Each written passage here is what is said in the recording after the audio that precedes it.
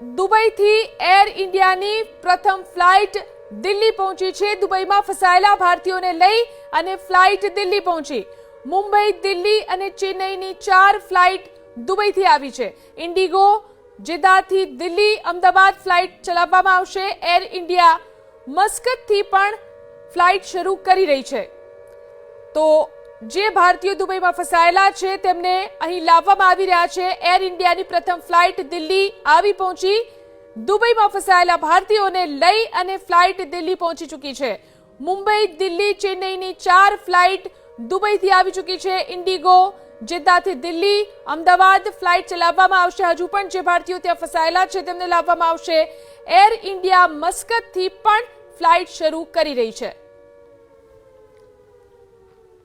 તો આ તમામ દેશોમાં જ્યાં જ્યાં ભારતીયો ફસાયેલા છે તેમને પરત લાવવા માટેની કાર્યવાહી શરૂ કરી દેવામાં આવી છે।